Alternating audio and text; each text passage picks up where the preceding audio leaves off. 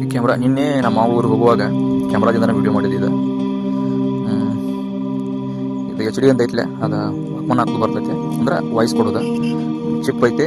ಮತ್ತಿದ charger pin sound ಎಲ್ಲಿ ಬರ್ತೈತಪ್ಪ ಅಂದ್ರೆ ಇಲ್ಲಿ ಸ್ಮಾಲ್ ಸೌಂಡ್ ಐತೆ. ಇದು ವೈಫೈ ಕನೆಕ್ಟ್ ಬರ್ತೈತಿ ಈ ಕಡೆ ಸೈಡ್. ಕೆಳಗಿಂದ ಬಟನ್ ಆಫ್ ಮಾಡ್ಕೋಬೋದು, ಜೂಮ್ ಮಾಡ್ಕೊ ಬರ್ತೈತೆ.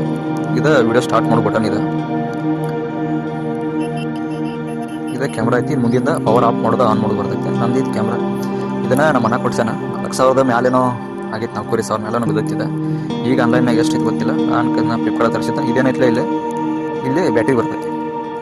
ಇದನ್ನ ಪುಷ್ ಮಾಡಿದ್ರೆ ಇಲ್ಲಿ ಕಳೆದೈತಿ.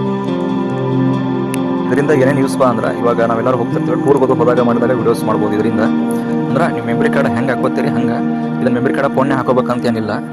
ಇದ್ರದ ಆ್ಯಪ್ ಬರ್ತೈತಿ ಕಂಪ್ನಿದ. ಆ ಆ್ಯಪ್ನ ಇನ್ಸ್ಟಾಲ್ ಮಾಡ್ಕೊಂಡ್ಬಿಟ್ಟು ಇಲ್ಲಿ ಸೈಡ್ ವೈಫೈ ಬರ್ತೈತಿ. ಇದ್ರ ಮೇಲೆ ಪ್ರೆಸ್ ಮಾಡಿ ಹಿಡಿದ್ರೆ ವೈಫೈ ಓಪನ್ ಆಗುತ್ತೆ.